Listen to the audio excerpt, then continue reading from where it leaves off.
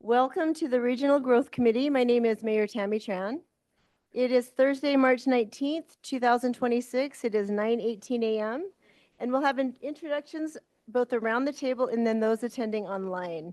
If this is your first meeting as a member, we'd love to have you take a minute to tell us about yourself when you do go around the table and introduce yourself.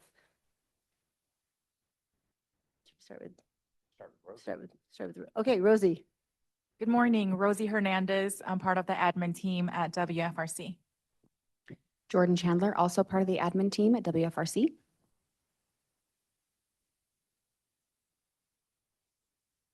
Jeannie Groberg, mayor in Fruit Heights.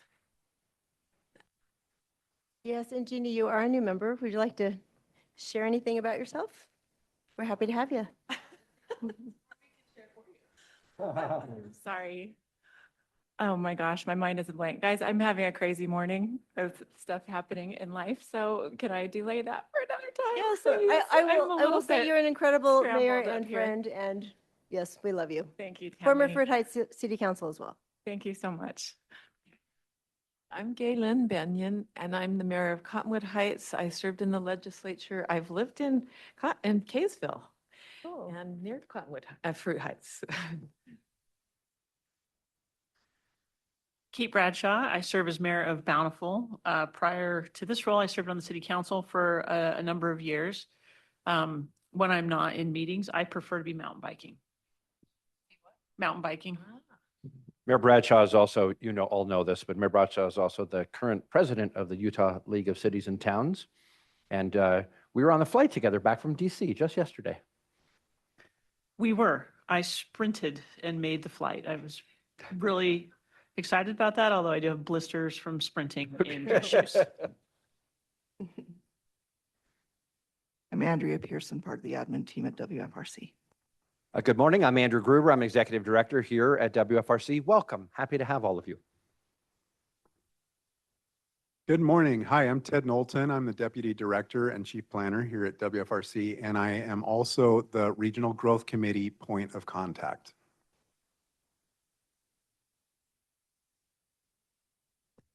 I'm Laureen Kamalu, not new to the group, but I serve as a Davis County elected commissioner, and but I'm in this group appointed by the Utah Association of Counties, and it's really awesome to see all the new mayors.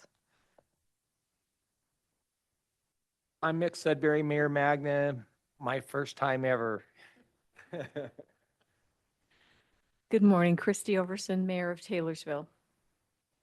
And good morning, I'm Bryce Bird with the Utah Division of Air Quality. I'm Kristen Cordova with the Urban Land Institute of Utah. Jordan Backman with UDOT. Jaron Robertson with the Utah Transit Authority. Jason Brown, I'm the CEO of Envision Utah. Good morning, Ty McCutcheon. I'm here as in my role as chair of the board of Envision Utah. Meg Pageon, WFRC staff, CED director. Tim Watkins, WFRC staff. Emma Clinton with Envision Utah. Cody Lutz, I'm a planner at Envision. Jory Johnner, Long Range Plan Director, WFRC. I'm Adam Olson with Midvale City and Community Development. John A. Nardone, Communications Manager with WFRC. Heidi Hammond, Grantsville City Mayor, and I think I'm in the wrong spot. You are. Come on up, Mayor. Paulo Aguilera, WFRC staff. Joel Temple, WFRC staff. Julie Bjornstad on WFRC Long Range Planning. Good morning, Hugh Van Wagenen, Long Range Planning at WFRC. Byron Head, WFRC Community and Economic Development staff. Christy Dahlberg, WFRC Community Economic Development staff. Bert Granberg, I just made the long walk across the hallway from the WFRC Analytics Group. I'm Donnie Johnston, and I'm the assistant to Mayor Sudbury in Magna.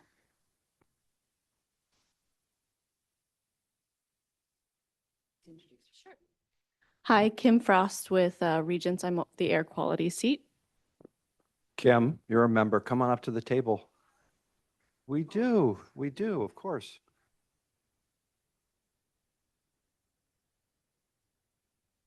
Go online. People online, one at a time, and they can. Oh, Mayor Doherty, would you like to introduce yourself? Marie Doherty, Clinton City Mayor.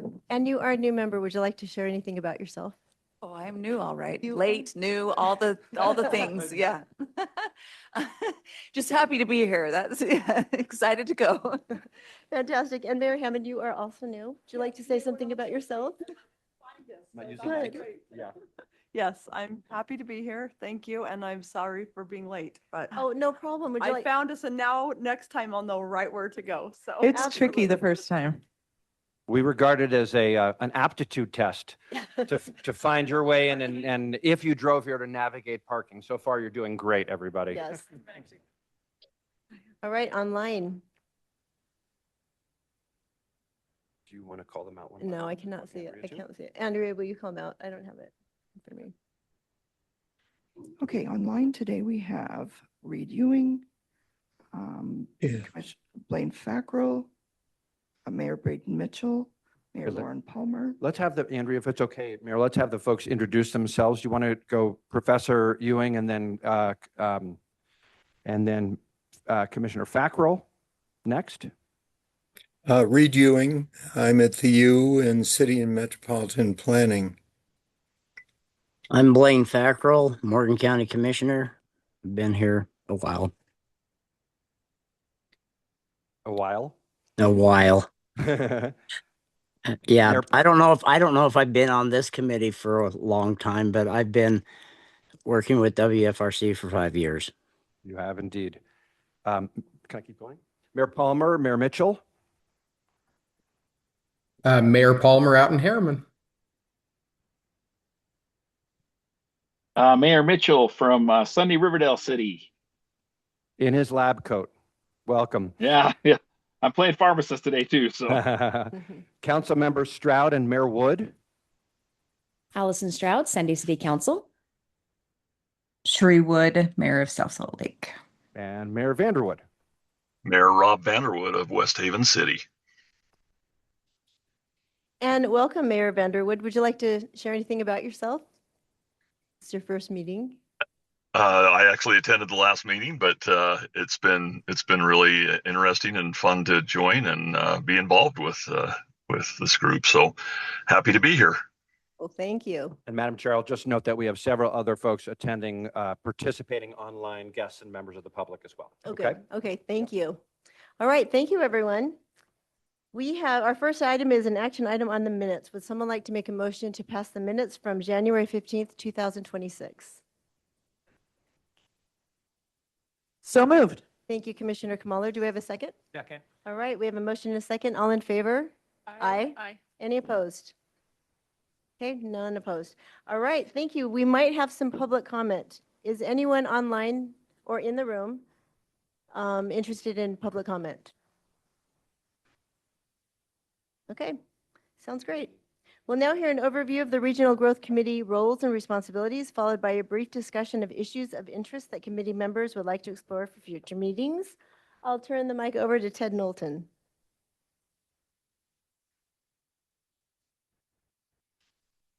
Mayor, as Ted is going to the mic, I'll just note for our participants online, we want you to feel fully able to participate. So feel free to speak up at any point that you want to. And also we'll keep an eye on you if you want to raise your hand. So please, in the hybrid world, please feel free to engage. Thanks.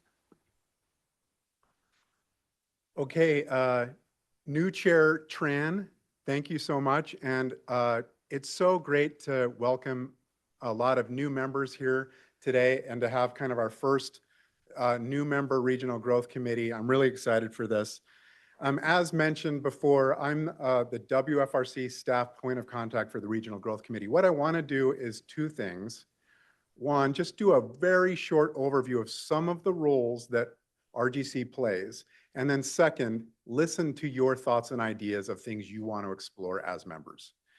And so later, it's going to work, right?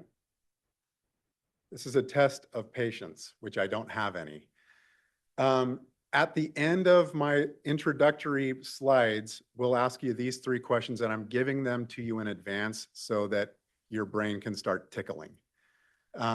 What topics you'd like to have discussed at future meetings, specific guest speakers, subject matter experts, or organizations, other suggestions for RGC meetings. You can start to join at slido.com with that number or that QR code. I will bring up those instructions again in a number of slides. So don't worry if you don't get it now. All right, so WFRC is the name of our organization and our board, right? 27 people, I think it's 17 elected officials on the board. And there's really 2 big branches off of that. Transportation Coordinating Committee, which focuses on short-range planning and programming, the assignment of money to projects, and the Regional Growth Committee, which focuses on long-range planning, including the Wasatch Choice Vision and the Regional Transportation Plan. Both branches are then supported by technical advisory committees. Now, so I'm going to touch on the RGC roles. You can have this in your head as new members under 3 bins: planning, implementation, and engagement. So you're really the guiding committee to help shape these activities at WFRC. So when we're talking about planning at WFRC, that starts with the Wasatch Choice Vision. And you may know about the Wasatch Choice Vision already, but the easy way to think about this is the shared effort to coordinate a transportation plan for the region, a framework for where communities want to go with their land use, and major economic development opportunities, and how those 3 things align geographically on a map. And so this is just a zoom in on a portion of the region. I think this is Northern Davis, Southern Weber, and you can see all these pieces come together, different road, transit, trails, major destination areas in our land use plans or our vision of where we want to go as we handle the demands of growth, and parks and open space. And how these components align together. That's what we mean by the Wasatch Choice Vision. You'll hear a lot more about that over time. But this is one of the key things that the Regional Growth Committee advises, is how do we develop and use the Wasatch Choice Vision. Now that's the umbrella. A key part of that, a focus area of the RGC, is the regional plan itself. You can kind of think of it as, so if the Wasatch Choice Vision coordinates land use, transportation, economic opportunity, the transportation piece is very robust and detailed. The regional transportation plan, roads, transit, active transportation, especially with a focus on regionally significant facilities. So we oversee that process. This is a 4-year process to develop the regional transportation plan. Where we are at is we are in the second to last year of a 4-year cycle. So that the tenor of our conversations as a committee, they adjust based on where we are in the regional transportation plan cycle. So this year we're focusing on phasing projects or prioritizing them and addressing fiscal constraint. How much money do we think we might have available into the future? And that informs that prioritization process. So we'll talk about it as a committee, and we'll talk about how to engage the rest of the community on this question of the regional transportation plan. So there's planning. There's also analytics. WFRC shines a light on issues in our region, transportation, land use conditions, and we forecast. We have models that help us, look at plausible or probable futures based on what we might do. If we build a road here, we build a transit line there, if land use patterns shift in this way or that way. So we forecast things. And we provide data and tools to fill in the blank, communities, transportation agencies, this kind of work. You'll advise that. That was all under the planning and analytics. Now we're in the second bin, the implementation bin. Within implementation, there's a couple of things that the Regional Growth Committee focuses on. One is to advise the Transportation Land Use Connection program.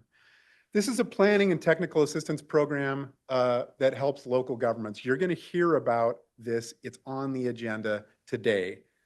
I just want to highlight that that is a partnership effort with UDOT and UTA. Really important to note that. And you're a key advisor in that. One of the things that we do as well is we certify or we make recommendations to the council to certify station area plans in support of statewide legislation, helping communities as they fulfill those requirements by certifying plans about a half a mile around rail stations and a quarter mile around BRT stations. That was a huge activity for Regional Growth Committee last year. There was about 50 station area plans that were certified. This year, it's only like a tenth as much. And that's just a note that we have a lot more room in our agendas this year because of that. Last of the three bins, engage. How do we reach out and work to build consensus? And we'll bring up these questions of process and engagement here at the Regional Growth Committee. What are the kinds of things that we might do? And are they being effective, and how can we sharpen our efforts? And then also within that engagement space, thinking about policy levers, analyzing federal, state, and local policies for our members, thinking about what we advocate for, such as appropriations and policies that are consistent with our plans, like the Wasatch Choice Vision and the Unified Transportation Plan, and we coordinate with national association partners to adopt best practices. These are the kinds of things that the Regional Growth Committee looks at. Here's the summary of those that you can look at. These are the ones that I went through. But this is not everything that we might look at. And this is where I want to turn it to you to say, what are the things you want to explore, given a basic notion of the space that Wasatch Front Regional Council addresses: transportation, land use and economic development that are associated, long range. Within that general space, dealing with the demands of growth, what do you think we should discuss as well? So here I'm going back to the Slido joining instructions. That slido.com number is also on the first question. So I'm going to pull up the first question so people can start pouncing on that and have at it. And then, Madam Chair, love to have a short discussion around these three questions as you'd like. Sounds great. Has everyone had a chance to take a picture of the QR code? Will you go back a slide? I think it would help to just kind of give the lanes a little bit. To give the what? Go back one slide. Just as people are thinking about these questions, I think it would be helpful to have that information up there. Okay, yeah. And it's, Want to see all the questions? Yeah, that's what I was saying. I'd have to go back Oh, then you'd a have to go number of back in it. slides to Okay, get all never three, mind. but Okay. I'll just articulate them. The first Okay. is, what are the issues that you want to explore? Okay. The second is, are there specific subject matter experts, organizations, et cetera, that you think we ought to invite or engage? And the third is general reflections on how to create great meetings here at the Regional Growth Committee, that kind of thing. Okay.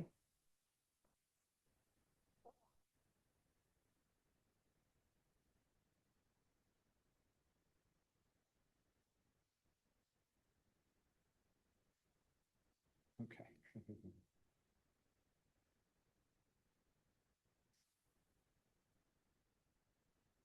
If anybody online has any issues with the Slido, just let us know in the chat.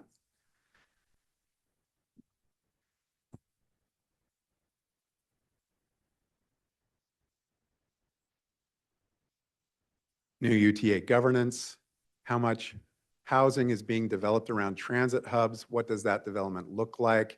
How much of housing is investment property for second homes? Yeah, that is a real issue that we could explore. I'm trying to not do like a James Earl Jones dramatic reading around each of these, but I can if you'd like. So just let me know.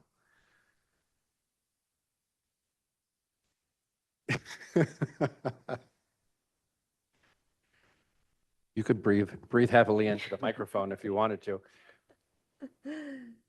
Climate, no snow by 2050, regional transportation solutions,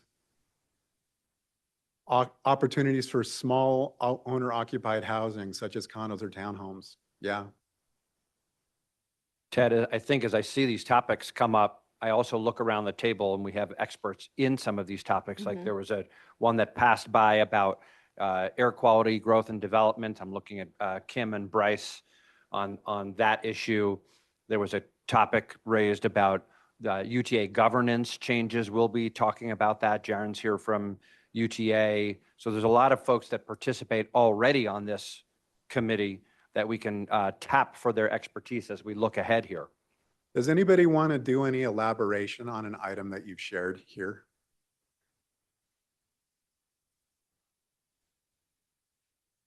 Ted, Yeah. it's Lorene. When I was first starting in public service in 2014, in my city on a planning commission, I got the chance to be part of an active transportation coordination between two cities who had gotten a grant, and it was Kaysville and Farmington together. And it was incredible to be part of that. And so what I put up there, I put two things. I put Great Salt Lake, but the first thing I put was just some of the things that are happening that are great updates between jurisdictions, such as multiple cities working together, because we all know that these plans don't stop at borders and shouldn't stop at borders.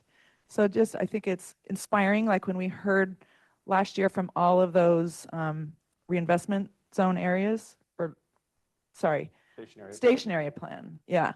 Like I felt like it was very inspiring to hear what was going on in certain areas, and that stimulates ideas for other areas too.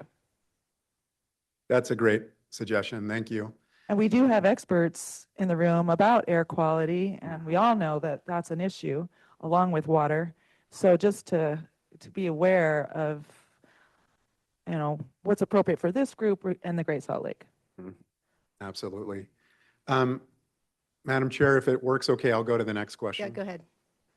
Actually, I'm gonna take a picture now. If you have more thoughts on that first question, please share them as you can. I just want to note, we're not wiping the slate clean. There was feedback from a year earlier that I just wanted to reflect, and that we're going to continue to keep that in mind. Things like the Olympics, understanding markets, and I won't do the reading of this, but I wanted to note some of the findings that we got from this survey a year ago. But Ted, if you now go back one, that first item on there, housing solutions missing middle, that was a suggestion that came from Sandy City Councilperson Allison Stroud, who's on with us here and a member of this committee. Do you want to say something about that? Yes, and Council Member Stroud suggested, hey, we ought to focus on this. And we talked as a committee and decided a great way to do this is to spread that training and conversation out into the community. And so we have a webinar just on March 26th that delivers on that conversation. So that Regional Growth Committee guidance led to a webinar that is jointly hosted with the League of Cities and Towns, WFRC, and others, and we can give you some more details on that. Focused on home ownership. Yes. Also. That's right. Home ownership, especially with regard to other options that add to ownership that complement single-family homes. Okay, second of three questions. Are there specific guest speakers, subject matter experts, or organizations you'd like to hear from?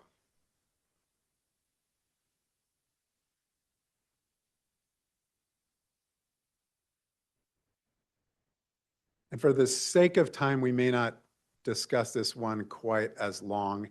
And then I think what I could do on the third question, Madam Chair, is I could leave that up as we do an introduction to the ensuing agenda item. Sounds great.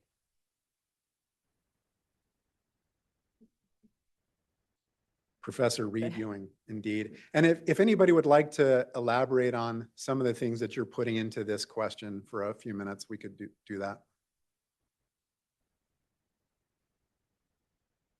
You know what? One of the things that I hear a lot is that since we are in a drought and we have such water issues, why are we allowing multiple units to be built and more housing to be built? So I think it would be a great future discussion to talk about how building more doesn't use more necessarily. Yeah, it's a great point, and it's sort of Envision Utah has helped us through the years. I think about this question of if we try to limit growth, what are the consequences of that? Right. But what we do have is we have a lot more control collectively on the form of growth that growth takes, and so we can think about impacts through form, whereas we don't have a lot of control over the how much. But we can talk that through. J Fox. Okay. I'll also note we as staff can do some interpretations here, like the housing guy for the Gov, who's that? Steve Waltrip. So we'll help. Just throw out whatever you want and we can fill in some blanks here. Love that. So I know that I'm going to move on perhaps before everybody's gotten their thoughts in here. I just want to reiterate that as members, please share additional thoughts after this meeting, and we will follow up with an email that enables you to do that. Yeah, I mean, yeah. So I'm going to go to the next question, which is the last question. Any other suggestions to enhance the value of regional growth committee meetings? And I think, Madam Chair, what I could do is I can leave this up Okay. even as we move into the next agenda item, if that is acceptable to the That sounds committee great. and the People can chair. think about the question. Okay. Are we Jason, ready were you then? were you raising your hand, Jason? Oh, okay. No? Ready to move Okay. on then? Okay. Thank you so much, everybody. Okay, so we know the Wasatch Choice Vision is our longstanding regional blueprint is coordinating transportation, land development, and economic opportunities. Back in August, WFRC staff shared the idea of reporting on 5 key progress indicators to follow up on the ground progress towards the Wasatch Choice Vision. So today, let's look at the draft numbers and see the progress, and I'll turn it over to you to do that. Sorry. Julie Julie, Bjornstad. sorry about that. It's fine. To you, Julie, thank you. I know the last name is a little tricky. And this is like things are sliding down. Okay. So yeah, we're going to talk about progress indicator dashboard that we created here. And before I get started, I just want to mention that this was a joint effort between our analytics team, our community economic development, communications, and long range planning. So even though I'm up here alone, I most certainly didn't do all of this work by myself. So Ted, yep, there we go. Sorry, I have 2 ways to advance the slides and I got a little confused. So Ted mentioned the Wasatch Choice Vision and our 4 key strategies on how to make that vision happen. So with any plan or any strategy, in this case a vision, we want to ensure that we're actually meeting what we set out to do. So the Wasatch, I'm going to put this here for now. 1 second. I'm not used to being at the podium. Here we go. Okay. I'm going to get fired in 2 seconds if I don't figure out how to advance this slide. Okay, there we go. Okay, yeah. So we set out to kind of figure out how our vision is being implemented. Are we meeting what we set out to do? We have a performance indicator dashboard. We wanted to start small, so we have 5 key indicators that align with the 4 Wasatch Choice Vision strategies. The 5th one being our beloved access to opportunity. So if you're new here at RDC and we haven't talked to you about access to opportunities, this is one of our key performance measures that we do at WFRC. It's a way to measure how well people can be connected to jobs, education, and other key destinations. So that's the opportunity part of access to opportunity. And we chose these 5 so that they were easy to understand. They were a way for us to be able to calculate them over time. So we wanted to make sure that we had both past data and data that we could continue to measure well into the future. We were focusing on that transportation land use connection. So you'll see that some of these are more land use, some of these are transportation, and affordability is a mixture of transportation and land use. And then we wanted to be able to calculate these at different geographies. So not just for the region, but be able to dig down into county and city level numbers. So I'm gonna go to the dashboard now. You can join using this QR code. If you're online, we're dropping it into the chat. And we'll also send this out after the meeting for you to explore as well. And Julie, if you don't mind a quick interjection. Yeah. This is a work in progress. It's a draft. So it's not ready for prime time. And then the other note is we talked about this initially at the Regional Growth Committee back in August. And I just wanted to remind you of that. So we're coming back to say, you gave us some guidance in August, and now we're at, 85%. Okay, so on the Wasatch Choice Vision, if you ended up going to the QR code, there's a little bit of introduction text about what the intent of this was doing. And if you scroll down a little bit, you'll see the dashboard with the 5 key indicators. This is generally for when you first get on the website, it will be for the Wasatch Choice as a whole. So that includes our planning area as well as our MPO to the south, the Mountain Association of Governments. And it's just a broad overview of how the 5 measures are measuring and then how the trend is going. So that's what these arrows are. You can click on the learn more on any of the 5 indicators, and you'll get not only the data,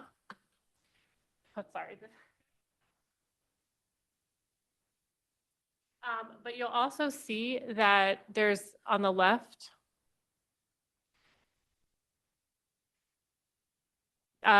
is a little description of what we're measuring, why it's important,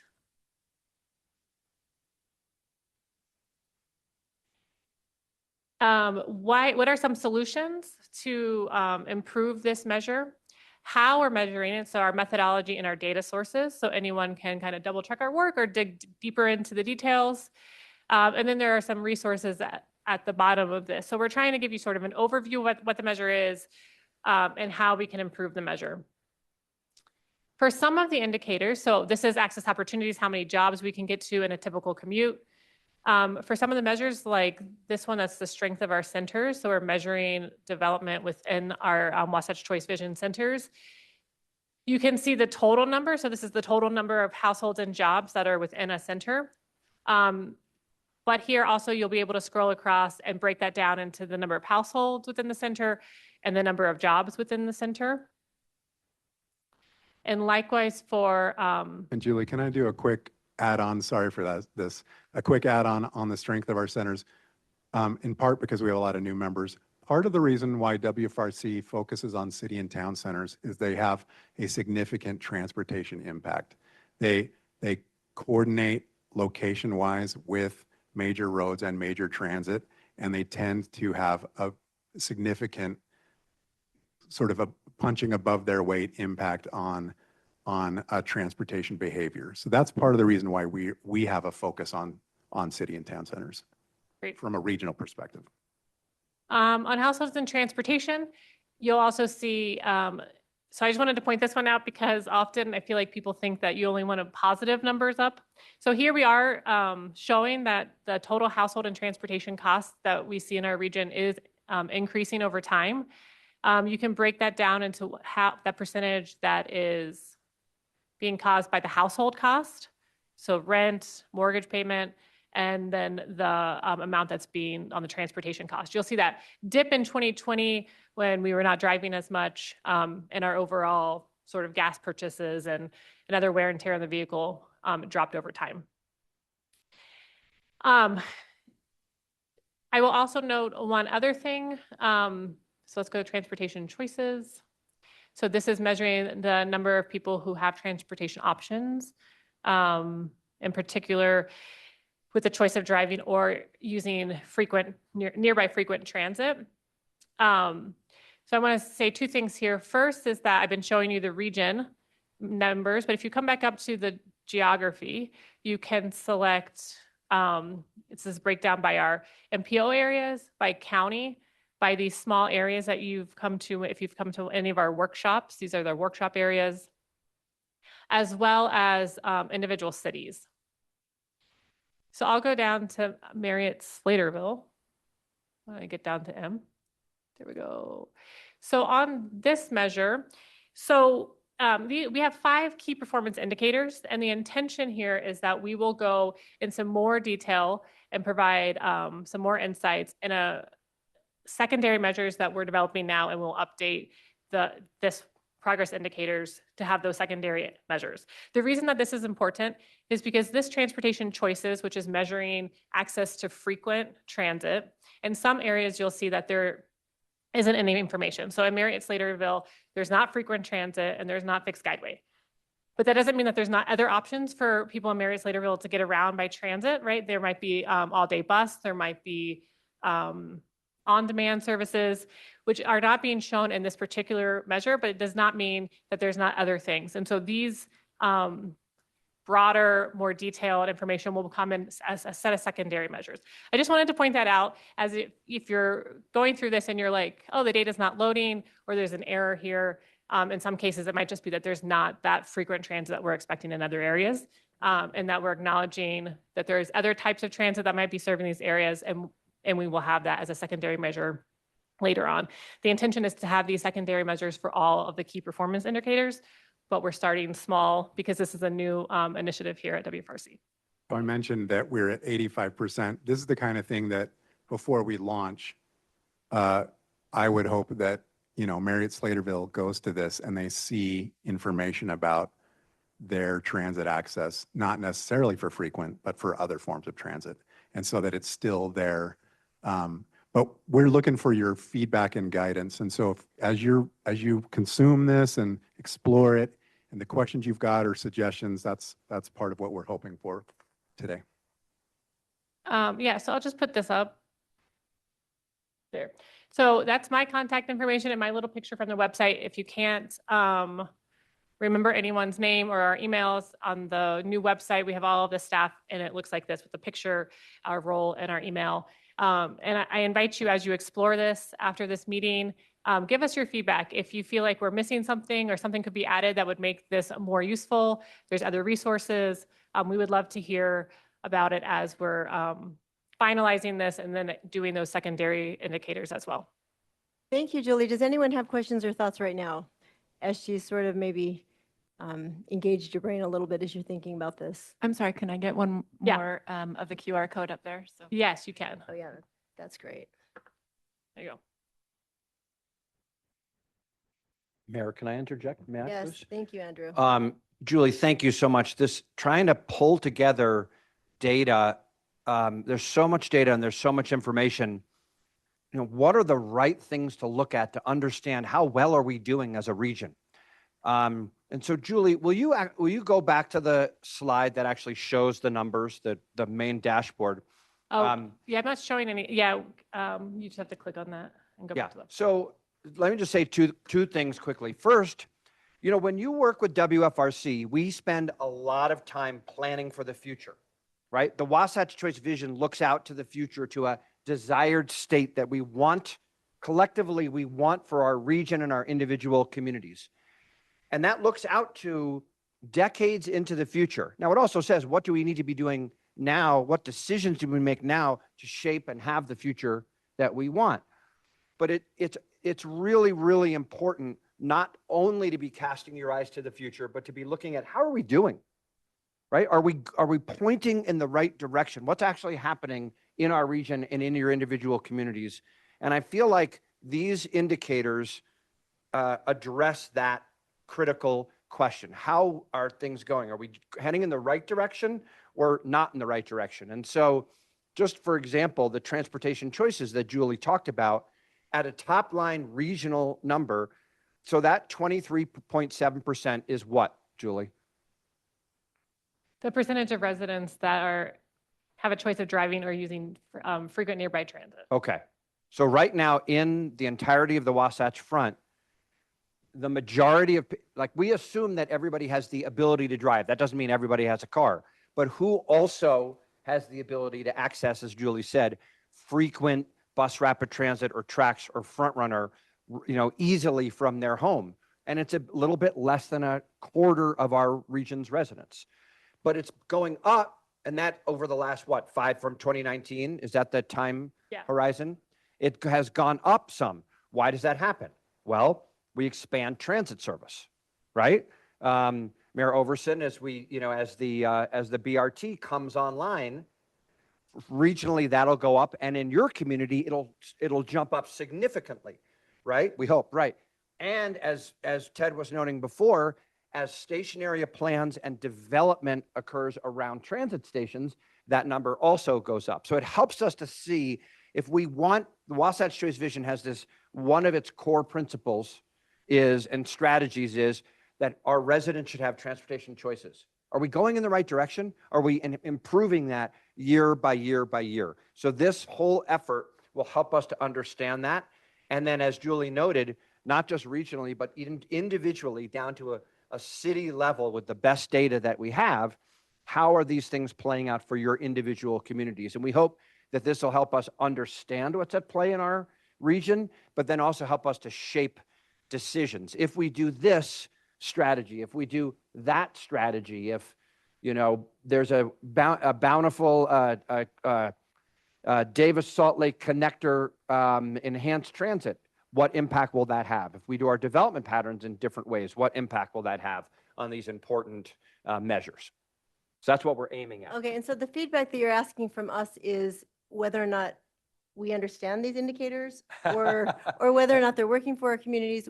Help us understand so that we can give you better feedback. Yeah. I can give you, if it would work okay, I could give a couple of examples. So we've been previewing these also with partners, and they've been posing great questions like, how do we know if a number is a good number? Can you give us some context? Should this be a percentage so that we understand how many people in our community, or should it be a raw number? It could be looking at any of those details like that, but I think maybe the threshold question is, does it make sense? Is it understandable? Is it interesting? Is it compelling? But then it can be more like, well, how was this developed? Gosh, this number doesn't, I need more information to understand how to interpret the number, whatever. And it's the kind of thing that we're going to learn a little bit, I believe, after we launch it.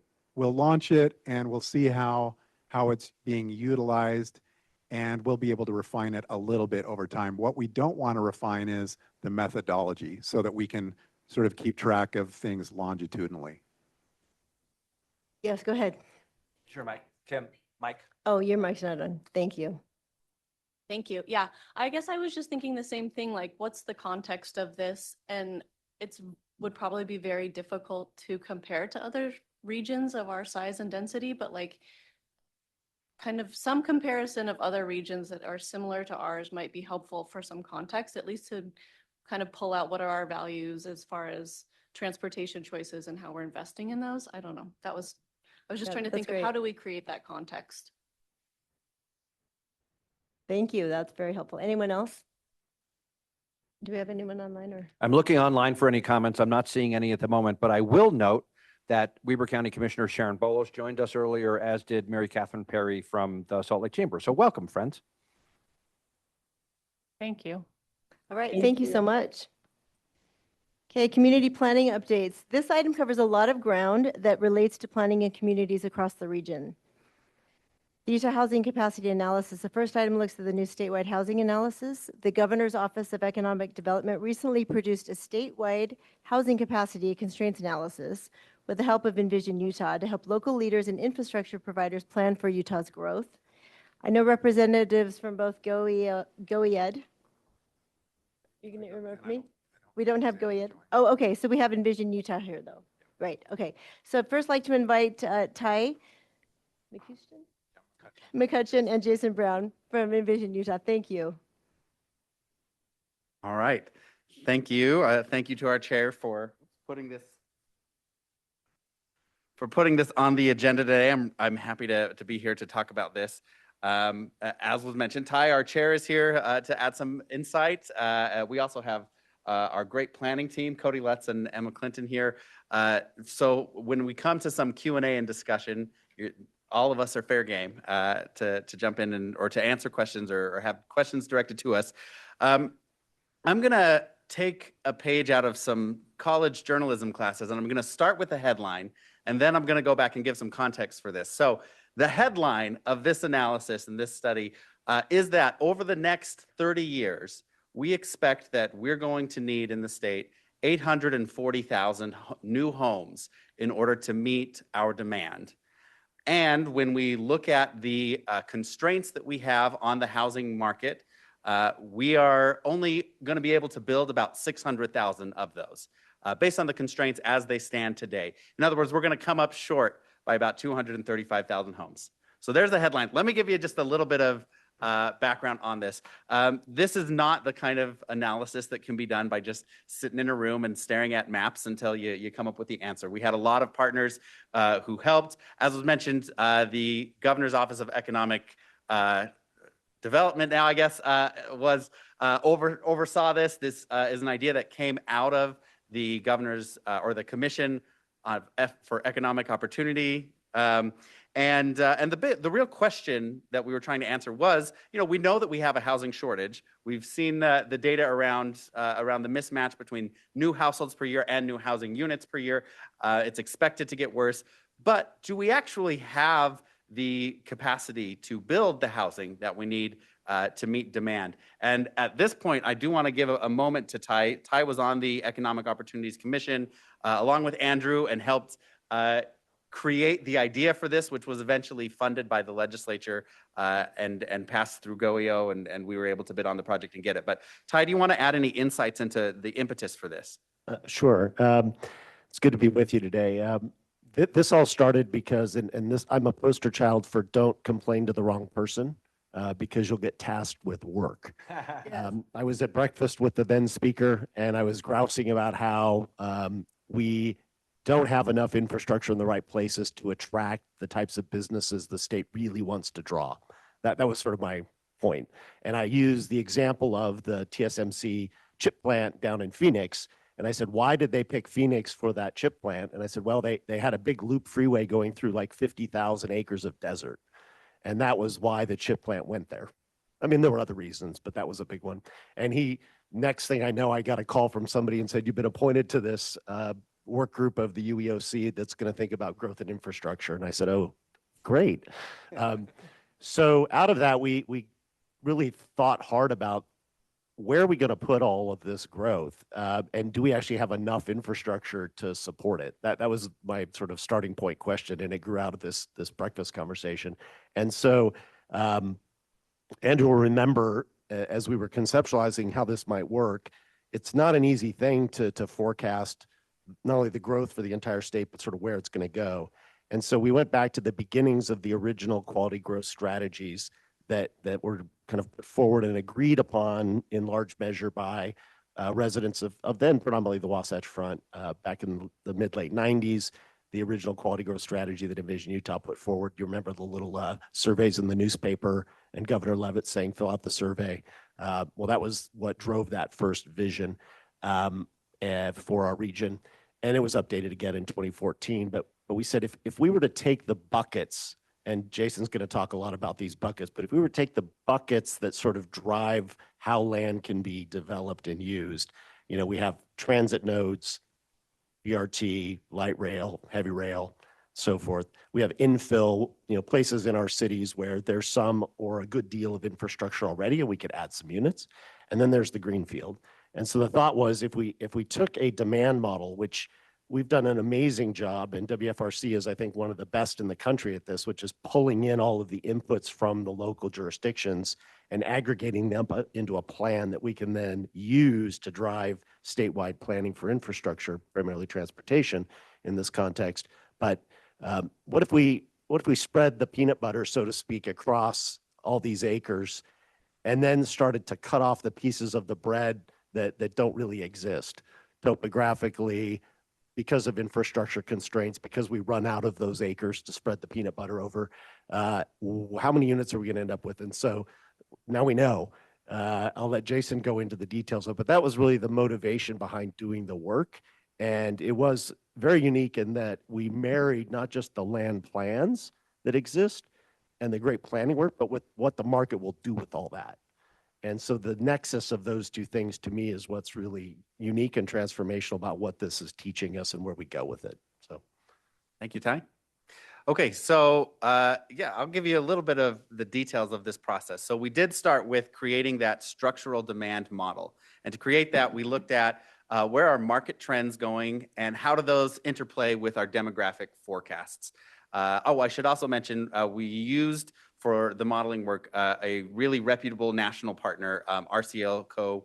Real Estate Consultants. They have a long history of doing a lot of great work here in Utah. Demographic forecasts, of course, came from the Gardner Policy Institute here. But so you mix together the market trends and demographic forecasts, and you get a sense of what the demand is going to be. And then, like Ty said, you kind of spread the peanut butter, so to speak. You spread that out to create the distribution model, which is where is the demand going to be based on a number of factors there. And then the constraints, or the cutting of the bread that we looked at were water availability, of course, and planned sewer capacity, planned transportation infrastructure, land use planning and zoning, and then, of course, what land is actually developable, because we have a lot of natural, difficult to change constraints here. But a lot of the other constraints, there are things that we can do something with, which is where I want to tee up the discussion and question after, or at the end of going through the data is, well, where do we go from here? What can we do about the constraints that we've identified? Okay, so that first piece of this, the statewide structural demand, this is where the number came from. I apologize if this is a little small, but we have 842,000 units that we expect we're going to need over the next 30 years. And you can see in the pie chart there how that breaks out. We have about 50%, a little bit more than 50%, I think, that of the demand is going to be in single-family detached housing. 35% of the demand is going to be for multifamily or single-family attached housing, and then it's about 15-ish% of the demand we expect to be for multifamily housing. Yeah, Ted. Jason, and that demand forecast is based on the combination of what people prefer and what they can afford? Yes, yes, yeah. Categories? Yeah, so the big one is about 50% of demand. That is for single-family detached housing. The next biggest one is about 35% or 34%, and that is for single-family attached housing. And then the smallest piece of the pie is for multifamily housing. Okay, apologize for the size there. Really helpful to sort of wrap your brain around what is the big picture, what is the need for different types of housing in the decades to come in our state, those three categories. Thank you. And one more question. When you gave the headline, was that including the deficit that we already have? Because there's supposedly a big deficit right now. Yes, yeah. So I'm not sure the latest numbers, but we've hovered over the last 10 years or so, but somewhere between, I think the low was around 15,000 units short to 50,000. We've been the last couple of years, I think 20 or 30 or so units or 1,000 units short. And so it's just a cumulative deficit over time. So by the year 2055, how many units short are we going to be? And the answer is about 5 to 8 times worse than we are today. Jason, it's the new deficit that adds on to our existing deficit. So sorry, I misspoke. It is the new deficit that adds on to our existing deficit. Yeah, thank you, because there's a giant deficit right now, right? We were concerned about the right now. Yeah. And now that's kind of astounding. Yeah, thanks. Can I add one thing, Jason, as please. well? We won't go into it today, but what was so interesting about the work is it really built in each of the high growth areas of the state. So Cache Valley, it's not just Salt Lake County, Utah County, Davis County, or Washington County. It added in some of these first ring high growth areas. And the modeling took into account the household quantity, the household composition, as Ted said, the budget. And so that's how these aggregated numbers were built up. And so they were built from the local neighborhoods and then aggregated up, not the other way around. Does that make sense? And I think that's an important piece of sort of how the framework was put together. And I think the staff did an amazing job with that. Thank you. That's a really, really important insight. Okay, and then, there we go. Oops. Okay, and then, as was mentioned, we looked at the different buckets. Maybe actually I'll go to this next slide. Again, I'm worried this might be a little small. We have a map here that is only for illustrative purposes right now because it's difficult to read. Can I interrupt you really Oh, quickly? yeah, please. Sorry, we have a question. Oh, yeah. For Ewing. Professor Ewing? Yeah. Yeah, hi. Could we go back to, I've got dogs in the background here who've just been set off by someone walking by. Could we go back to the last slide, please? No, the one before that. No, the single family attached is missing the, no. Oh, this one. That one? Yeah. Okay. Single family attached includes the missing middle. And I'm surprised that the pie slice is that large for single family attached. I would have expected multifamily to be about that size and single family attached to be the multifamily slice size. Could you elaborate on that? That's interesting. Cody, can we elaborate on that? Do you want to come grab the mic here?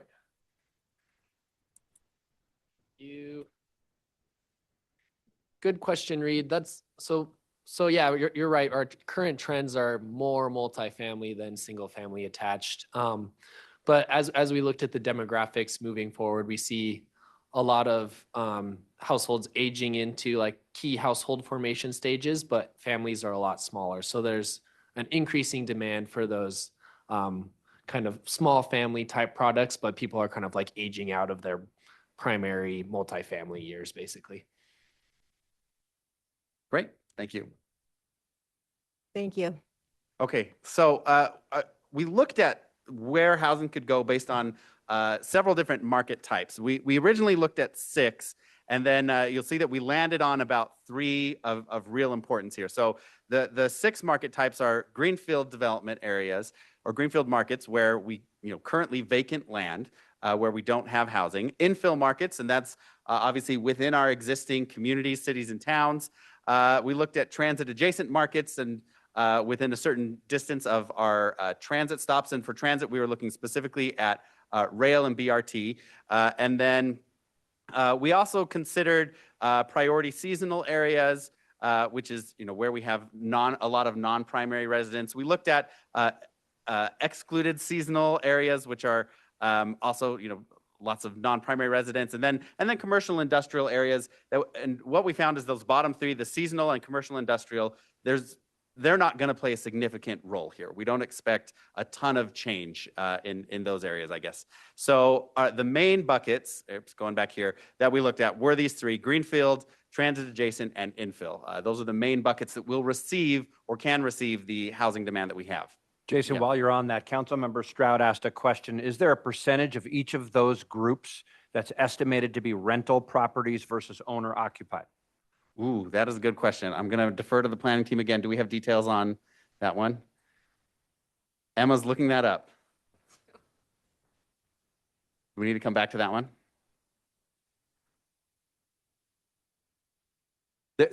So there's a full report which has yeah, a lot more thank detail. you. It's already been dropped in the chat. And in the follow-up to this meeting, we'll send a link to that report so people can dig in.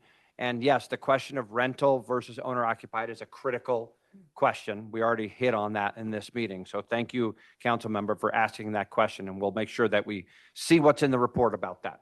Okay. All right. Sounds great. Okay. I'm going to go to, this is where I think things get really exciting here, looking at the different market types, or these 3 main market types. We also did divvy up transit adjacent markets in infill areas versus transit adjacent markets in greenfield areas, because we have some transit adjacent or transit planned for areas that currently are essentially greenfield. They don't have a lot of housing that currently exists, but they will in the future. So if we were to, or when we looked at the visioning work that we've done at Envision Utah, that is part of the Wasatch Choice Vision, and the conversations around growth that have happened over the last 2.5 decades or more, we came up with a target distribution that kind of aligns with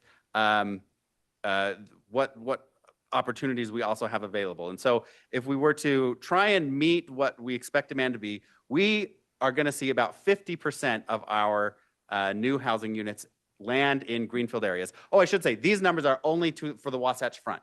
So this is not looking at the entire state, but just the Wasatch Front. So we expect 50 Inclusive of Utah County, not just WFRC, right? Yes, yeah, not the WRC, but the Wasatch Front there. So we expect about 318,000 units to land in Greenfield, in the Greenfield bucket, about 191,000 units to land in the infill bucket, and about 127,000 units to land in the transit adjacent bucket. Just to give you an idea of what that looks like based on current current densities and sort of trending that out. That's about 64,000 acres in Greenfield, 26,000 acres of new homes in infill, and 9,000 new acres of homes in transit adjacent. Just a side note, that's right now about twice what we have in current transit adjacent acreage. So obviously, acres can be variable depending on what densities end up looking like, but just as a reference point real quick.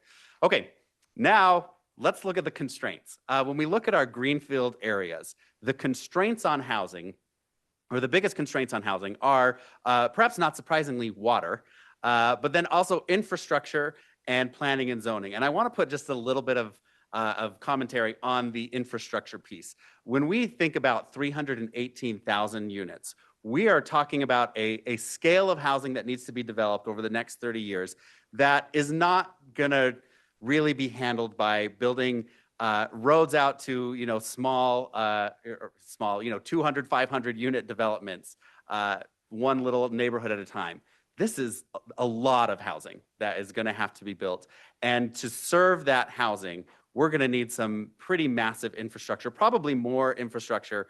If I can add some of my own views on this, probably more infrastructure than we can put or that can be handled by a single city or a single developer. This is infrastructure that of a regional scale, where we're going to have to think about where do we want major transportation access to be? Where do we want major water availability to be created? And then, of course, planning and zoning is another constraint that we currently have on some of the Greenfield areas. Infill areas, the main constraints are, again, planning and zoning, redevelopment potential, which is also tied to infrastructure in a lot of our infill areas. And then transit adjacent, when we look at our infill areas, redevelopment potential, I think, is one of the big constraints that we see there in our currently existing cities and towns. The number of transit nodes is another constraint. We only have so many currently identified and planned transit nodes, and if we had more, I think then we'd have more acreage available to build around transit areas. And then for the Greenfield transit adjacent markets, one of the biggest constraints and challenges is going to just be lining up the timing, because it's going to be it's a little bit of a balancing act and tricky to time the market right to get the densities that we would expect or want to see immediately around transit stops when they don't have a lot of existing infrastructure and city around them already. And so that leads us to, here's the math, the actual shortage along the Wasatch Front. When we look at the constraints, Greenfield areas come up 78,000 homes short. Infill areas come up 48,500 homes short, and our transit adjacent areas come up just under 70,000 homes short by the time we reach 2055. So this is really, I think, the heart of what we found. For the sake of time, I'm going to just go real quick. Then of course I should mention, water is our constant constrained companion that's going to need a lot of careful consideration there, both in terms of the supply and managing the supply that we have, and then treatment and, of course, distribution, and making sure that's going to be a constant constraint that we're going to have to be working with. Jason, just pause here for 1 sec. Okay, so when I look at this, and I've been looking at these numbers for a long time, but when I look at this, I see an all of the above strategy. What do we do as Utahns to deal with the growth challenges that we face? And we need new greenfield development, we need suburban infill, and we need transit adjacent. And that may look differently in Grantsville, where you have, as we've discussed, lots and lots of development occurring in greenfield areas, than it will in Taylorsville, where it's suburban infill and transit oriented development. It's going to be different community by community, but writ large, It's all of the above. And it's actually, if you think about it, it's kind of remarkably balanced in terms of the shortfall as you look at it. And then you think about, well, what are, and Ty was saying this, what are the constraints, the impediments that stand in the way? And infrastructure is one of the key elements. And as Jason, as you were presenting, I saw Mayor Tran grab her legislative summary postcard. Do you want to say why you grabbed your legislative summary postcard? Well, just because infrastructure is so important, and we do have some funding. We had some good bills passed, so hopefully we'll see some good infrastructure developed in the next couple of years. Yeah, exactly. And you know, this is, by my saying what I'm about to say now, it'll shorten what I'm going to say later in legislative updates. So you're welcome. So sometimes I feel like we sit in these meetings and I think, you know, Mayor Doherty, you're new to this committee and you're like, okay, this data is all really interesting and there's so much work that goes into it. How does this translate down into what's happening in my city, right? Well, if you take what Ty said before about the big picture challenges and we do this analysis and think about, well, what are the development patterns that we need? And then you think, what are the constraints? And then because we identify those constraints, we know that infrastructure is one of the regional infrastructure needed to unlock housing development that, as you said, one city or one developer couldn't do on their own. And then that all informs policymaking. And Mayor Bradshaw knows this because she was deeply involved in this every day of the session. That in many ways led directly to one of the most important pieces of legislation this past session, House Bill 492, sponsored by Representative Cal Roberts from Draper, which authorizes $250 million in state funding for regional infrastructure that's designed to unlock housing development. 150 million of that is grant funds in Salt Lake County, and 100 million of that is loan funds at favorable interest terms around the state. And that work emerged. And so then, Mayor, a city like Clinton can say, working with developers, we need help to put in, you know, the lift station, the sewer line, the water infrastructure, the roadway infrastructure to enable development to occur. So you see this through line from conceiving a problem, analyzing it, understanding the data, identifying the constraints, and then having policy making that addresses it. Yep. So I'm hoping that that ties together what we're trying to do here. Yeah, well, and I would like to say, we like to think of this as, this is our baseline scenario. This is a look at what the constraints are today, but the task that we all have as a region, as a state, is to figure out, how do we not land here? Because I don't think anyone wants to land with a shortage that's somewhere between 5 and 8 times worse than it is today. That's not going to do much for quality of life, for affordability. And so that's really the invitation that I think this gives all of us, is to say, all right, how do we come up with the plans, the policies, the visions, the transportation infrastructure, the centers, that are going to help us address all of this. And so that's sort of what I want to pose as the question for us. One other quick thing I just want to jump to real quick here, and then we can get into some more discussion on that, is because we're at the WFRC, we wanted to just put a plug in here. As was mentioned, centers-based development is a big piece of the Wasatch Choice Vision, and we think that that's an applicable and helpful strategy in all of these buckets. I mean, I think the obvious ones that we can think of are the around transit adjacent, especially the station area planning. But as we look at infill, making sure that we have a centered-based approach in some new infill development, that's going to help create the housing opportunities and quality of life aspects that we're looking for. But also, as we develop 318,000 greenfields homes along the Wasatch Front, if we can incorporate centers within our planning there, we're going to make sure that we're building on less land and keeping more land available, but also facilitating the long-term access to transportation and the quality of life aspects that we know are part of what Utahns are looking for. Jason, can I do one quick add-on onto that? Please, yeah. So you talked about transit adjacent as having a greenfield aspect too. Right. And UTA knows this.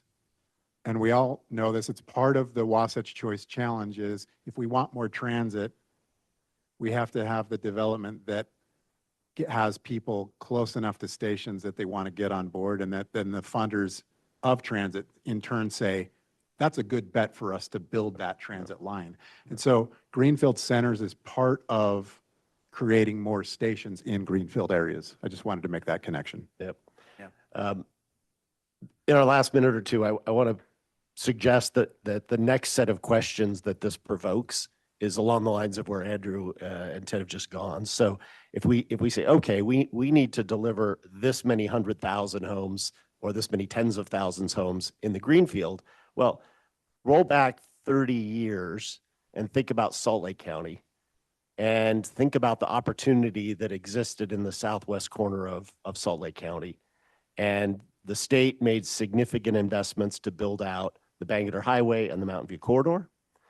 The state, along with UTA and others, funded the expansion of our light rail system, including to Daybreak. Where is that next place? When we were meeting with Representative Roberts, he said, well, can you just draw a line on a map and show me where the road should go? And I said, well, I don't know yet. But that's a question we should all start to think about. Where is that next opportunity to open up what then was, between the lands that Kennecott owned, that became Daybreak, between what the Sorensens owned, that became a couple of big master plans, what the church owned, we're talking about 20, 30,000 acres probably of land that were in that quadrant of the Salt Lake County that are now South Jordan, Harriman, Riverton, Bluffdale. And the population went from very little to, we all know, a couple 100,000 in those set of communities. So that's the question that I think we should be asking about the Greenfield. Where are those places? Are they Tooele County? Are they Southwest Utah County? Are they somewhere else? On the infill, it's a little bit of everything, to quote Andrew, and we're taking, instead of 2 houses on a lot, we put 4 houses on a lot. What are the infrastructure challenges with that? And what are the public policy and zoning challenges with that? Because I know every time there's an applicant in front of your city, everybody wants to add units to the proposal, right? Not really. Everybody says, could you just take 4 out and we'll be happy? So that's a big challenge for us. And then the transit, it's really where we were 30 plus years ago. Where is that new system? And then what are the trade-offs that we need to make? Because the assumption that the model has is that the market can only build stick frame over podium. In most of the market, the denser construction typologies are too expensive to be supported. But maybe with study and understanding, maybe it's a better investment to subsidize the construction of denser units than it is to build another 100 miles of rail. I don't know. It's a good question. Or is it a mix of the two? In some places we subsidize densification at transit nodes with construction typologies that are more expensive because it's more economical than just expanding the system. Or is it, no, we need to find greenfield places to expand the system too. Allow the next set of Daybreaks. So I think these are some really interesting questions that we should all start to entertain and think about, and that will lead us to a similar type of effort that was 30 years ago for the next 30 years. So it is solvable. It's our baseline only because it's what happens if we do nothing. I don't think it's our baseline because that's what we're going to choose to do. And that's the opportunity. So. We've posed questions to the group. Madam Chair, I'm going to assume that we Thank don't you. have a lot of time to take questions. Well, we do have a couple minutes. Oh, great. Okay. Let's go ahead and take some questions. Thanks. Thank you, all of you who've helped with this part of the agenda. It's fascinating and so important. And what you just barely said about the transit reinvestment zones, and that's what I was saying, that last year when we had so many groups come and explain, they talked about the additional housing units as part of those plans. And it was quite impressive, right? How much more housing there would be with those. So 108,000 new planned units in certified station areas around transit right now. yeah, I mean, and that's just amazing, right?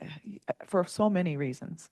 Anyway, like we're kind of seeing Yeah. the start to go in the right direction, I would say. Yeah. We just need to do a lot more of it.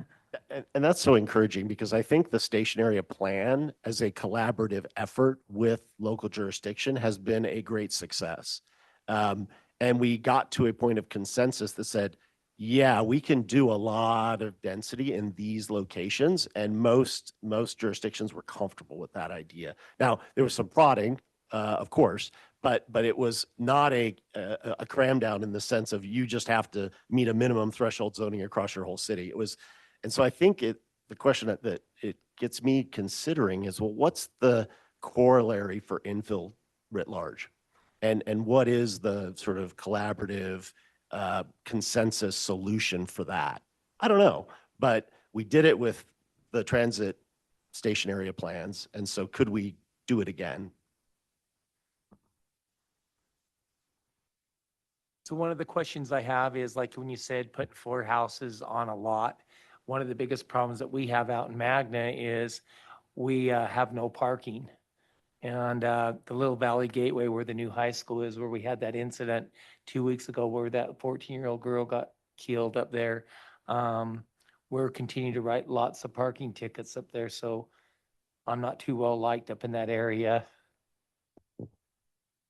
That's difficult. Yeah. Any other comments or? No? Okay.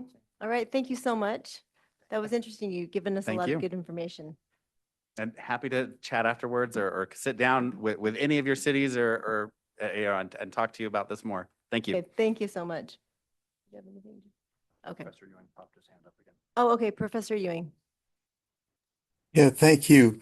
Yeah, transit adjacent development for a planner actually has sort of a negative connotation. Transit oriented development has a very positive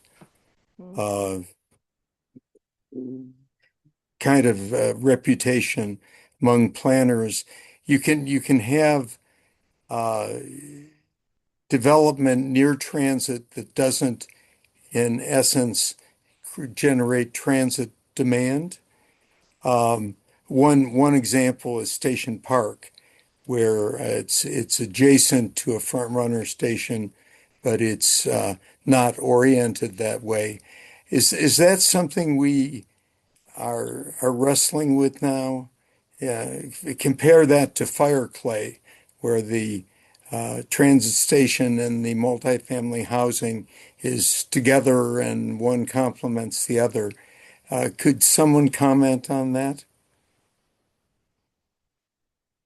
Madam Chair, I could note, and Reed, I think that's a perfect segue in a way to the next 2 items, which are the transit and land use transportation, pardon me, and land use connection program, and the certification of a plan in Midvale, because that's the level of detail where you get into that, where you get into this question of what's the land use mix, what's the urban design, what's the place that we're going to create, and how does that place then relate to transportation infrastructure?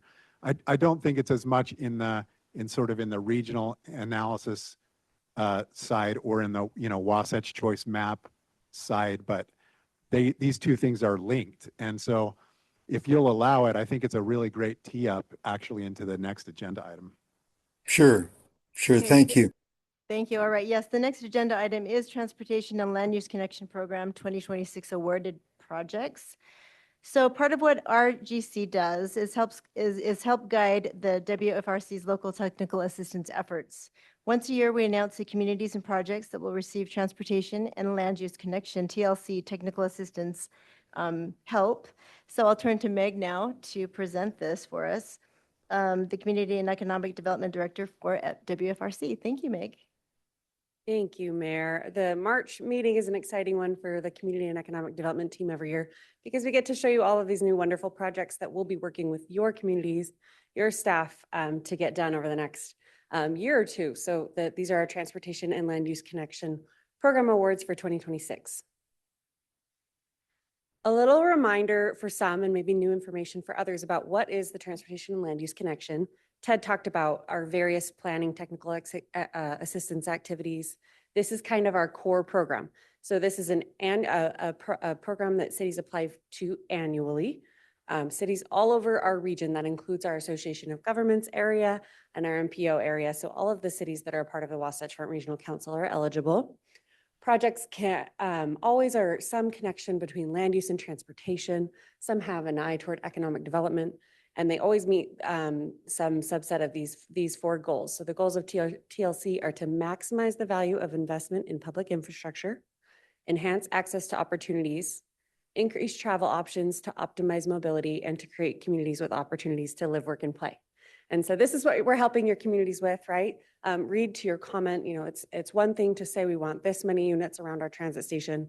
It's another to go in and think about how that's going to function, how those people are going to park, get around, whether or not they have a car, right? The kind of lifestyle they can have there at that transit station. So we help communities to think through all of those details through projects within TLC, as well as our station area planning work, right? Some of these projects are near transit and many are not. And so there's considerations either way, whether you have transit or not in these plans that we do. This program is a partnership with UDOT and UTA. And then some of our in-house work that we're able to provide assistance for your cities with is funded by the Governor's Office of Planning and Budget. So we have lots of partners in this work. Ted showed this slide, but this is essentially what TLC can fund. We can fund planning, design, getting a little deeper into those details, somewhat like what Reed mentioned, ordinances. We can fund development and zoning ordinances in your community, and implementation strategies beyond all of this. What is it going to take to make this neighborhood start to come to life and tick? So just get creative when you're thinking about what TLC might be able to help with as you're thinking about your planning and your needs in your city. This is what we have this year. So we're excited to announce 15 new projects. That's on the high end for us. That's really wonderful. In total project funds, that's just under 2 million. We have 1.78 million in project funds this year being awarded. Most of that comes from the TLC program, and 300,000 of that is local match from your cities. So that helps the money go a lot further when we have some match from your communities. But we hope that this is assistance that's welcomed by everybody. I'm showing a little screenshot of our map up here, mostly to say that I'm going to go through these projects really quickly, but all of the information about them, descriptions of them, the funding amounts, all of that is going to be available in that map, along with all of the other projects we've ever funded. So if you are wondering if your community has ever been supported by TLC, open up that map, put your city's name in, and you'll see everything that your city has ever worked on with us. And maybe it'll generate some ideas for some follow-up planning as well. Maybe we can drop a link to that map in the chat if someone's on Zoom. Okay, here are the projects we funded this year in Salt Lake County. There are 7. The Copperton project is multiple small area plans throughout Copperton, kind of looking at the city's land use as a whole and then zooming in on some specific areas to do some more detailed planning. The Draper Transportation Master Plan. In Holiday, we're funding a citywide zoning ordinance, as well as a deep dive in their Northwest Commercial District area to kind of think through what that area should become prior to writing the ordinance for it. In Magna, we're funding a 201 Corridor Research Park and Lifestyle Center Plan for a small area in Magna. In Midvale, a general plan land use amendment that will actually be done in-house by our staff, so we'll get to work really closely with Midvale this year. In Mill Creek, a Parley's Trail feasibility study. This is to connect kind of the urban portion of Mill Creek across 215. Parley's across 215. And then in the town of Alta, we're funding their general plan update. In Davis and Weber counties, we have the Davis County Regional Trails Wayfinding Signage Plan. So Davis County will work with all the communities in Davis to try to think through how can we help bicycle and pedestrian users of that trail system get around and know where they're going. Far West General Plan. In Ogden, the 5 Points Area Master Plan, another deep dive into a neighborhood in Ogden. In Pleasant View, a general plan. In West Haven, Transportation Master Plan, kind of phase 2 of some of the planning work we're doing with West Haven right now. And then in Ogden Valley, a new community in our region, general plan, transportation plan, zoning roadmap, recently incorporated city, right? So lots of work to do there in planning, and we're happy to support. And then this year we have a couple of projects in Tooele County. So that includes the Grantsville General Plan and a general plan for Rush Valley, along with some code work there too. So there's the 15 projects. It's like a party for us when we get all this wonderful new work to work with you on. Go look at that map, take a look if you have questions about these projects. Let us know. Some of these applications started last year, right? So you may be a new mayor with a new fun project in your lap. Your staff is all wonderful and they know about these awards, but give us a call if you want to talk through any of these. And I'm happy to take any questions if there are any. Thank you. That's so exciting. I hope everybody is super excited. Quite a few projects, and I know how much work is involved in just preparing the application for the project. So thank you. Congratulations. Did you have anything? And I want to say thank you very much. Very impressive. Exciting. Madam Chair, question. Yes. Where does the money come from originally? Sure. So this is, it's a little bit of a mixed pot. A lot of the funds are surface transportation planning dollars. We call it an ounce of prevention. It's a really small carve out of that money that hopefully That's a allows for federal better. pot. Excuse me? That's a federal pot. Keep going. Yes, that allows for some better investment going forward. In addition, our partners, UTA and UDOT, put some money into this program too. Great question. I And then just local note, match.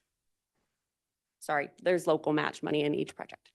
yeah, I'll just note, we're so happy to be able to provide this type of assistance to all of our communities. And I think, I mean, if not almost every community in the WFRC region has received assistance through this program, you know, over the years that we've been doing it. And I can't help but think I'm mindful of what Jason and Ty presented, and Meg emphasized this balance that we need to do a mix of greenfield development, suburban infill, and transit-oriented development. And as you look at that list that Meg just went through, all of those are represented in there, right? From the new city of Ogden Valley to the rapid development, Mayor, that we noted before that Grantsville is having, to some more focus around transit stations. We're trying to help you figure these things out.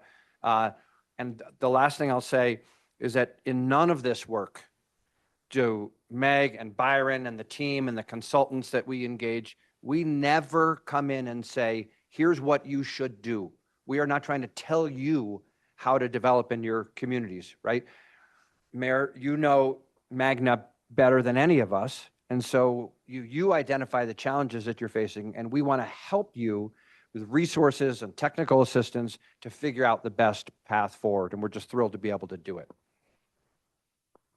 Well, and I'm glad you added that because I wanted to make sure anyone who's new or listening, these are asks from these cities, these communities. This is not any organization coming in and saying, this is what you need to do, or we expect you to do. They're wanting the help, and they're able to get this assistance, which is huge because it's expensive to plan for these things. So thank you.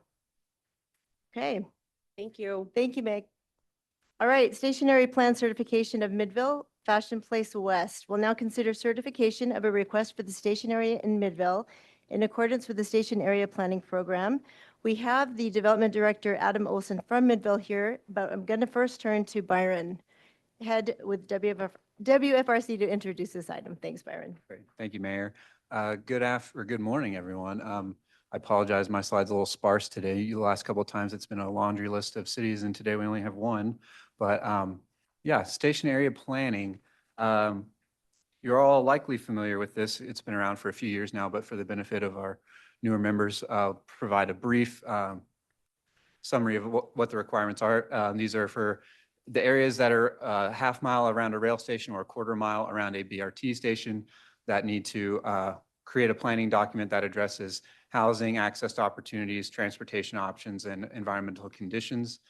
Basically, as we've been talking about all morning here, co-locating housing and services and opportunities with our transit infrastructure. To date, we have certified, between us and Mountain Land Association of Governments to the South, we've certified 98 of the 127 plans that are required by the legislation. We've got one more to consider today. This is for the Midvale portion of the Fashion Place West station area. The station is actually in Murray, but the city has done a joint project with Murray to create a plan for the whole area. Murray had their portion of the plan certified at this or at our council back in January, and so now Midvale is seeking their certification. And as Andrew mentioned earlier, And actually, yeah, this number is out of date. Certified plans would now support over 108,000 homes in these station areas all across the Wasatch Front. So we're excited to have hit that threshold of getting to 6 digits. So yeah, about the plan a little bit. This is the whole station area. Predominantly in Murray. The only portion that is in Midvale is this little piece in the bottom kind of center there. But it is interesting. This is almost an extension of the Midvale Fort Union station, which the city did a plan for a couple of years ago and has already been certified by this body. And that plan that Midvale did, was focused on housing, and here in the Murray, the Fashion Place West station area, again, this is an area that they're focusing on jobs and housing balance.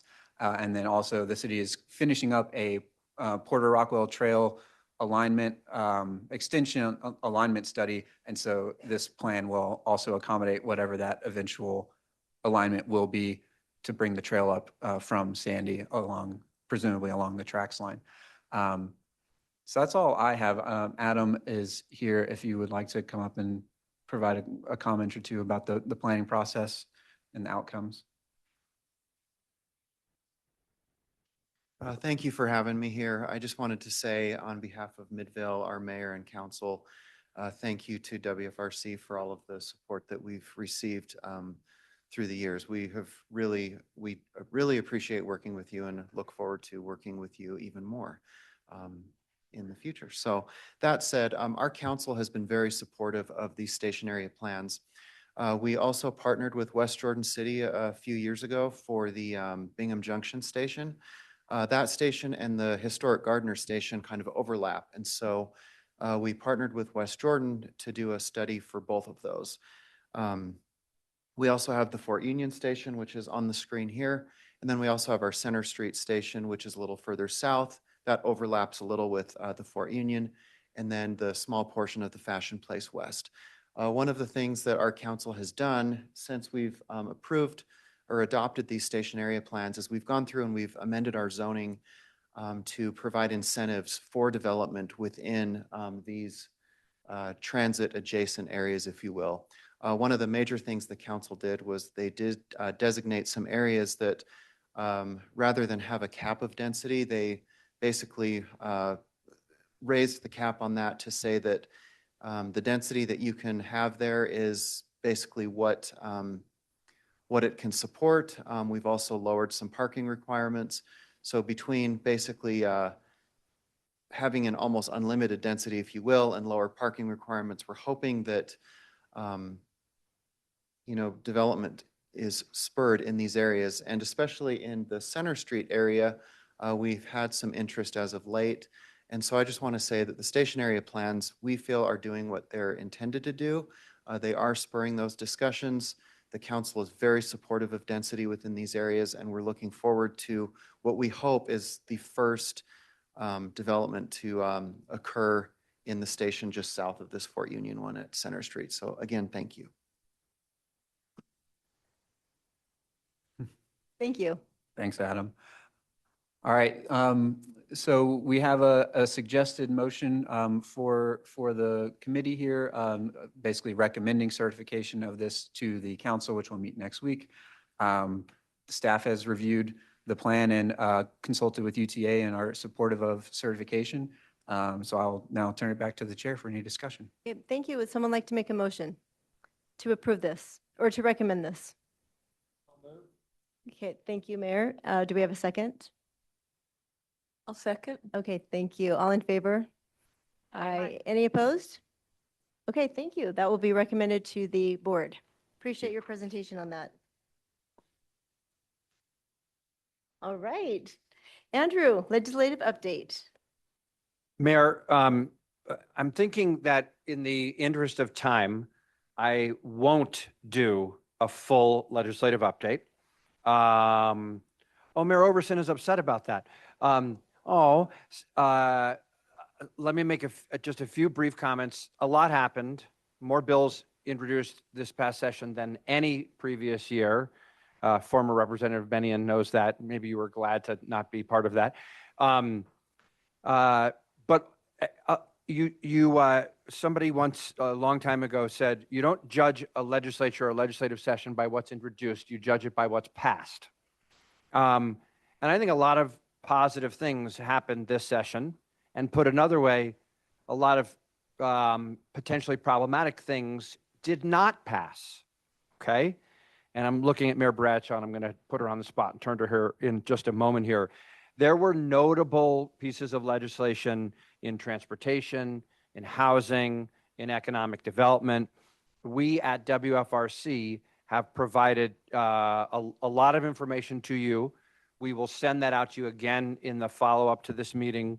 And Miranda Jones-Cox, our government affairs manager, is not here today. She's taking a little bit of very well-deserved and well-needed time. Next week at our full council meeting, which is Thursday afternoon, we will do a legislative update. We've produced this legislative summary card that you all have around the table here. We've produced a very thorough, full legislative wrap-up. That's all we've sent out and is also on our website. So you can dig in as much as you want about the governance changes for UTA and the transit funding modifications or increases, the funding restorations for the local administrative advisor program, the reductions or transfers in funding from transportation to support infrastructure that helps housing. That's a notable. Funding shifted away from UDOT to fund grant or loans and grants for infrastructure. Funding shifted away from some of the local option transportation sales taxes in Salt Lake County to fund infrastructure to unlock housing. So how do you feel about that? It's an interesting dynamic, but lots and lots of bills that I won't go into now unless anybody wants to ask me about something in particular. Having said all that, Mayor Bradshaw, League President Bradshaw, Government Affairs Professional Bradshaw, would you like to offer any comments wearing any of your hats? Sure, Andrew. This was a very robust legislative session. So many bills were introduced, and I think you're right to guide us to only judge it on what passed because there were some doozies introduced. I really enjoy that I get to have the interaction from my ULCT role with other groups. I've gotten to spend a lot of time with Andrew this year and in sessions past. I would maybe highlight just a couple bills that I'm particularly proud of when the process does the process the way we could be proud of instead of the opposite when we're not proud of the process. HB 425, this is the tough bill. This is Karen Peterson, who worked for 3 straight sessions. Transportation utility fee. Yes, sorry, should have said the whole name, not just the acronym. 3 whole sessions to then have that go through unanimously. I think this is a good and transparent process and codifies an important court win and is important for a lot of cities as we face increased costs for transportation needs. The next one I would mention, 492, we've already talked about this one a little bit in earlier presentations. This bill, it's important as a standalone piece of legislation because of the funding it brings and unlocking so many opportunities for different housing projects. But frankly, it was also important for helping us defeat many, many bad pieces of legislation that would have attacked and eroded cities' land use authority. Often, when legislators hear frustrations in the housing space, their first idea is to go in and try and attack some land use authority that cities or counties have, instead of taking the time to understand kind of the underpinnings of how we get to building projects and all of the stuff that you don't see under the ground that makes those projects possible.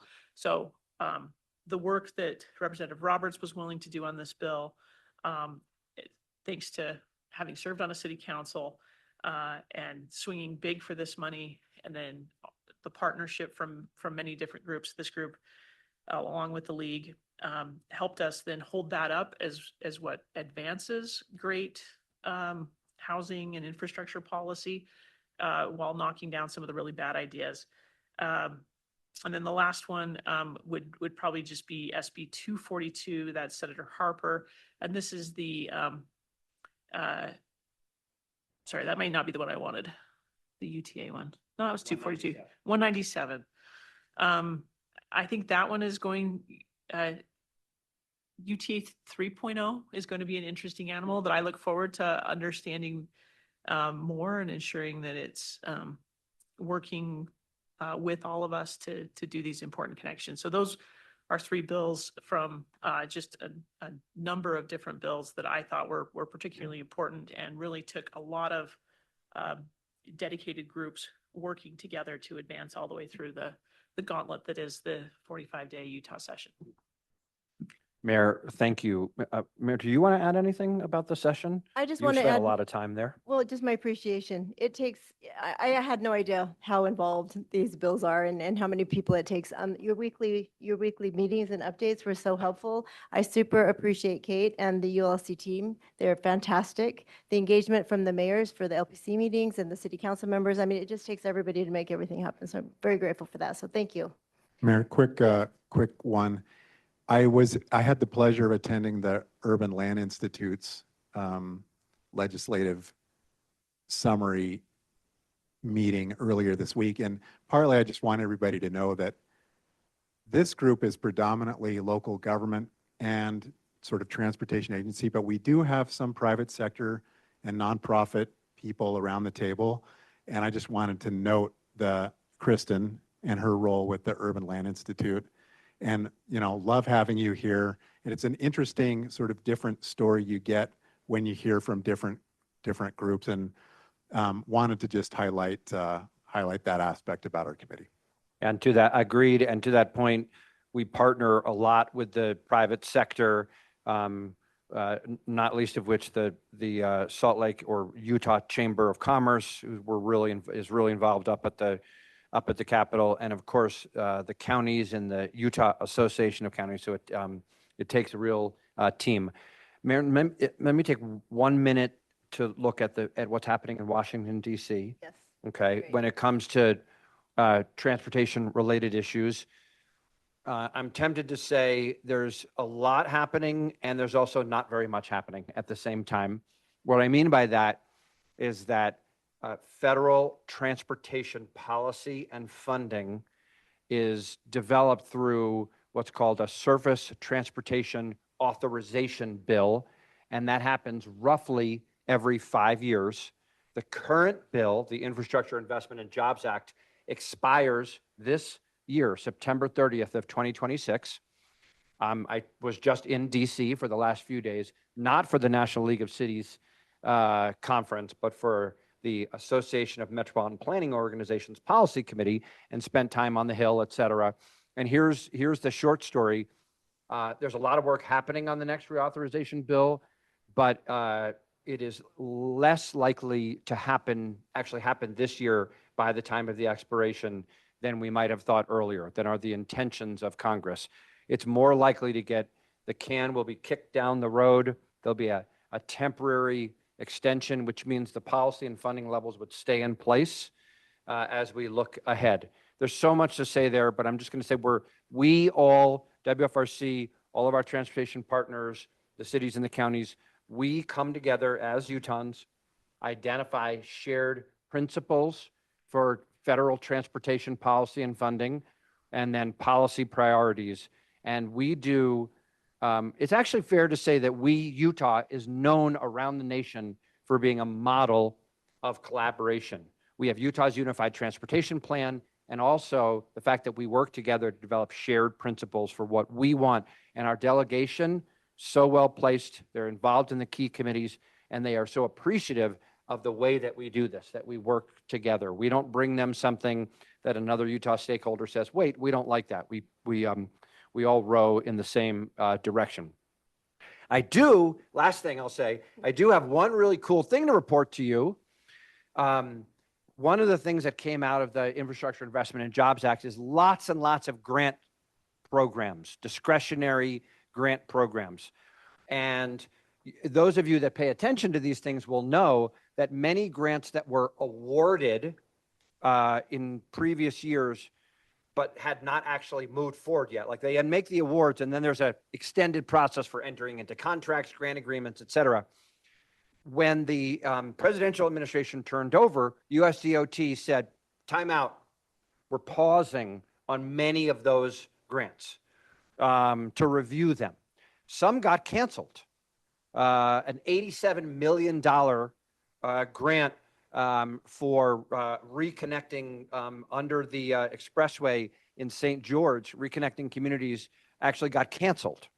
One that was awarded earlier and that we have been waiting on is a $25 million grant for first last mile improvements around our region. So this is making enhancements around transit stations to make the sidewalks more safer, easier points of connection so that people have the ability to get to the transit station and then use it. We were awarded collectively, this was UDOT was the applicant. We all worked on this together. We were awarded this, gosh, where's Hugh? A while ago, over a year ago, we were awarded this funding. 2 years ago, and then it was paused, and we were afraid that this $25 million grant was going to be rescinded. We just got word yesterday that we're back in action, and this is moving forward. We've been cleared to proceed and develop the grant agreement, so that is going to move forward. And it's like, I don't know, it's like Christmas again. Like we were super excited when the grant award was announced, and then it felt like it wasn't going to happen, and now we get to unwrap the present again. So we're really excited. So that's going to move forward. Thank you. Thank you. Thank you. That's fantastic. I know we are short on time, but Commissioner Kamalu has a comment. Actually, this is the other business. Davis County's general plan update open house is this evening. So for those who live and work and have interest in this update, there's very little unincorporated county left in Davis County. Just keep that in mind. And that's because as development occurs, it is incorporated into our cities. Nonetheless, this general plan update, as you all know, it tends to be a big deal. So an open house for all, invited from 5:30 to 7 in the county building on the main level down in an auditorium room. So that is tonight. All are welcome. Thank you, Commissioner. All right, we have a webinar that was mentioned May 26th, so participate in that if you'd like to, and then We'll send details out on that in the follow-up email. okay, thank you. And then the next meeting is May 21st, and we just need a motion to adjourn. All right, all in favor? Okay, thank you. Thanks, everybody. Thank you. How's Wayne doing?